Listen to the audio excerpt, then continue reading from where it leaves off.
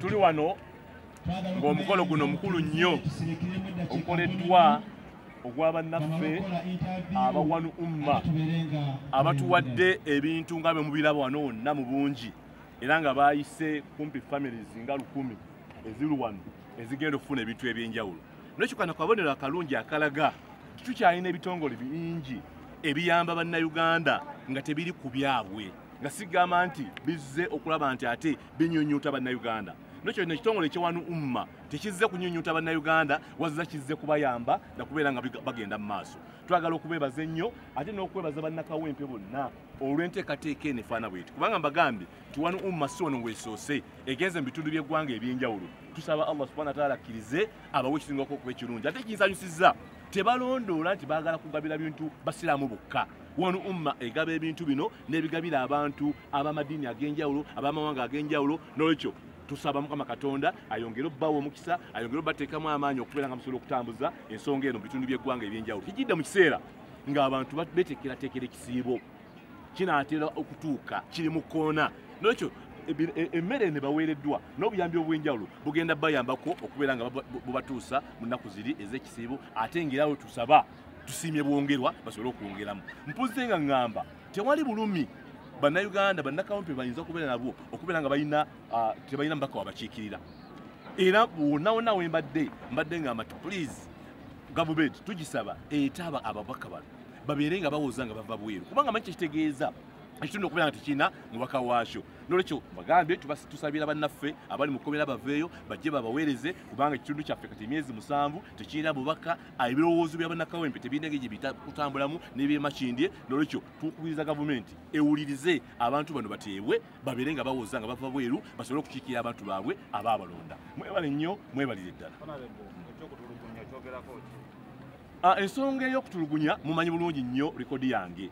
Mbadde mu kakiiko ka Human Rights nga kyali mu Parliament, era mujjukira butambu bwe twatambula mu safe houses n'awala wonna wonna okuvumira ebikola ebifaana bwe biti. N'olwekyo okutulugunya si kulungi n'omulundi n'ogumu, ate ekisinga okwewunyisa ne President Museveni yakyogerako nga kati bannange abantu balina kutulugunyizibwa era n'obujulizi obuggyibwa ku muntu atulugunyizibwa tebutwalibwa. Ne neewuunya Commander in Chief bamujeemedde kubanga ebitongole bitulugunya abantu bebyo ebitongole ate bya security, ate nga President Museveni yali waggulu waabyo. N'ekyo kibeera nga bamujeemedde bulijjo abamujeemera President Museveni tumanyi kyabakola. Abo bali mu bitongole ebikuuma ddembe, abali mu kutyobola abantu okubajjamu enjala, okubookya amapaasi, okubakola byonna ebikolobero. President Museveni nga Commander in Chief aveeyo abantu abo bakwatibwe, abantu abo bavunaanibwe, obuulyawo kibe essomo. Naye bwe tulaba nga bigenda mu maaso nga President asiise tabyogerako, kiba kitegeeza nti obuulyawo ebiteekateeka eno oba agimanyiko. N'olwekyo akuvaayo n'akangavvula abo abatulugunya bannayuganda kijja kuba kitulaga nti President avuddeyo mu bulambulukufu, takkiriza mu byakutulugunya bannayuganda bigenda maaso, kubanga bituvvoola bitukakkanya. President asiba ayita aba investor, naye investor banaaba bifaananyi nga bannayuganda bakubiddwa baggiddwamu enjala, ye anaafuna maanyi ki okujja investing wano? Era ajja gamba bweti bannayuganda baba nga tebateekebwamu kitiibwa ate ffe abagwira. N'ekyo embeera ye.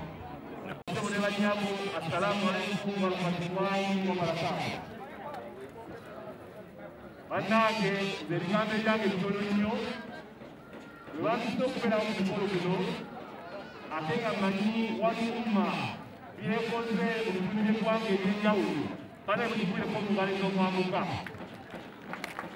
Kino ekiri wano gye basoose wano okufa bagenze mu bitundu ebituuka mu 5 nga bakola ekintu ekifaana bwe kiti. N'olwekyo bannange buno obuvunaanyizibwa bunene nnyo, njagala okubeebaza ennyo kubanga bulaba n'emmotoka zikyalimu ebintu bingi, ate nawo ne wagenda wafunda.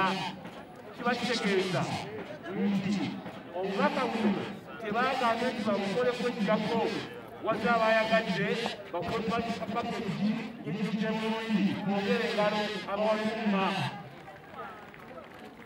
Okukozi kubawalumma njagala okwetonda kubanga program yakuteera nnyo era netubeera naye bannange tugumiikiriza mwebale nnyo mwebaze ddala. Naye nyanguyeeyo nga yanjalangabo okufunda n'abazuddeyo nga mugenda kuddayo naki n'ekitundu, kubanga mujja kuba mumaze okulaga bannammwe ddala walumma era tekiwadde. Ebyo nga bimaze njagala kuwuliriza nga neebaza abasajja baffe bonna abali wano abakulembeze baffe mu nzimbe z'enjawulo mwebale kubeerawo ate era n'okwebaza ekitongole ekikuumaddembe kubanga sinaba kulabawo kukyakalana kwonna abantu tukuumye bulungi eddembe mwebale nnyo mwebale ddala njakusaba basawo ne bannyago nzize wano ng'omubaka waggwe era nga bwayogedde nzize wano ng'omutaka ate ng'omukulembeze eyabaweereza era n'ensimuka balongamanyi naye tusabe mukama katonda bannaffe abakyali mu nkomera mukama abate wonna wonna wonna gye mbadde kuleti ez'enjawulo mbadde nsabira bannaffe wano abaasibwa baweebwe ebbeeyo bajje baweereze abantu baabwe nga bwe baabalonda nga bawoza bava bweru ekyo kyagenda maaso n'okukiwanira kubanga bakitegeeza okubeera mu kitundu ng'omubaka kyaliwo nokyo kijja kumusabira asobole okufuluka ebizibu eyo ajje abaweereze nga bannaffe bwasalawo ate n'abeematuye naye bigambe basirawo ne bajjabo mwebale n'okuwuliriza tujja kugenda mu maaso n'okulaba abatutambula ate n'okwebaza bawalumma n'obakakasa bannange bye mukola mukama ajja basitula amadaala ajja kwongerayo mwebale nnyo mwebale ddala era tusuubira bulungi nnyo buli anaava wano ajja kgenda asabira walumma eyo olwokufuna abasakizi abagenda okifuna obuyambi obw'enjawulo basobole okubeera nga batuukiriza waliwo abasobola okufuna obuyambi nabaja kukozesa naye walumma mwebale kukozesa buyambi buno ne mukozesa mu ngeri ey'obwerufu mwebale nnyo mwebale ddala babongere engalo kama abeere namu. Oyagala omukolo gw'enjawulo gubeere n'ebijjukizo mu nnyumba yo kankwanjulire ba King Montage Photo Studio ffe bakafulu mu kkuba ebifaananyi n'okukola video olina wedding birthday party kukyala nika baby shower photoshoot oba music shoot na buli kimu kyonna ky'oyagala ffe tusobola okuwa ebijjukizo ebirungi eri ebirooto byo ate nno mwana wattu kusintiiza omuntu wa bulijjo tusange bannankulabe ku bitaala ku Prime Tower level 3 room D04 okumanya ebisingawo tukubire ku nnamba zino noti 7 noti 2 emu noti 4 emu 25 oba noti 755 7 7 oba noti 777 noti 23 4 noti 5 King Montage Photo Studio ffe tusobola okuwa ebijjukizo ebirungi ate nno mwana wattu kusintiiza omuntu wa bulijjo.